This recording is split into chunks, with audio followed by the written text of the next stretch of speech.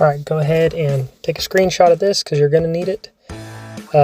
This is for a 2017 through 2024 Nissan Armada. Here's the belt you're going to need. So go get one of these and get whatever brand you want to. You don't need very many tools to change your belt. It's pretty simple. Whenever you first look in there, it looks like it's going to be quite the chore, but it's actually not as hard as what I thought it was going to be. Mine's a 2018 Armada. This could be an 18 through a 24 Armada, probably a Titan, same thing. It's really not that hard, it's just a little tighter than older vehicles, so it looks a little more intense. Pretty much anybody could do this. If you know what tools I'm talking about here, you definitely could, so let's go. Started off belt. I used a Goodyear one, got it off Amazon. It's just fine, so that's what I used. Other thing you're going to need is first a 10mm socket to get the reservoir off. You're going to need a 13mm or ½ inch, maybe my bolts were a little rounded off, ½ inch or 13 millimeter to take off the skid plate on the bottom, just like if you're changing the oil. Last but not least, you're going to need a 14mm for the tensioner pulley to release the tension. You can use a ratchet to take all those off, and you'll need a breaker bar or a cheater pipe, one of the two, just depends. If you don't have a breaker bar or don't want to buy one, if you can find a decent pipe, I keep mine because I can use it as a cheater pipe. Gives you a little more leverage when you're taking the tension off the pulley, so it makes it a whole lot easier. Or you can use your breaker bar if you've got that. Same thing, giving you more leverage. Now, I did have my wife help me. She had to help me for about 3 minutes.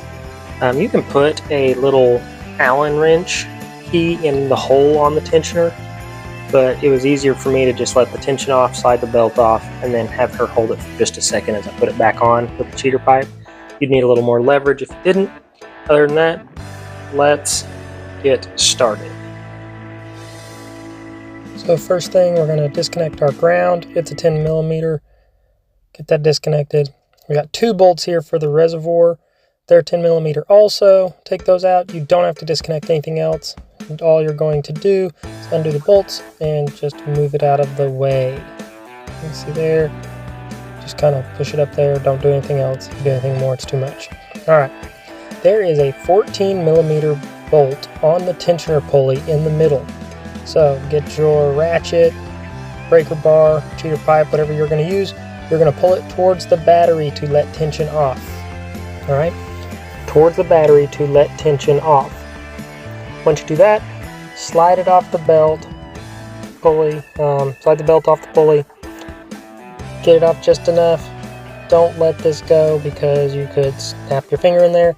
There's probably a little hole in the pulley to stick an Allen key in there and keep the tension off, but that always seems to be harder for me than what it's worth, so I'm not even going to bother. I'm just going to work around in there till I can slide it off my pulley.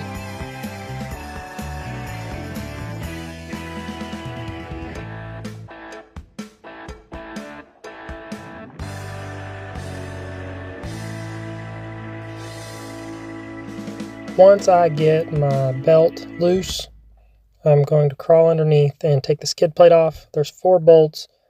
It is a 13mm. I use a ½ inch, but I believe it's actually 13mm.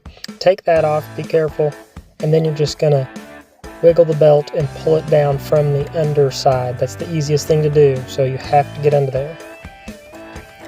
Alright, I've got this routed. There's really no way to show you because the camera's too narrow, but I think what's going to be the easiest is once I've followed my diagram and got it routed, is I'm going, sorry my light's on a bit, but you can see there in the center of the screen my pulley, my tensioner pulley. I'm going to put my belt over the tensioner pulley, and then when I take the tension off in a second, I'm going to route it underneath my, I don't know what this thing, alternator, underneath I'm going to route it under my alternator pulley. So I think it's going to be easiest to go over my tensioner. Otherwise, while you're taking the tension off, you won't be able to get your belt onto the tensioner pulley.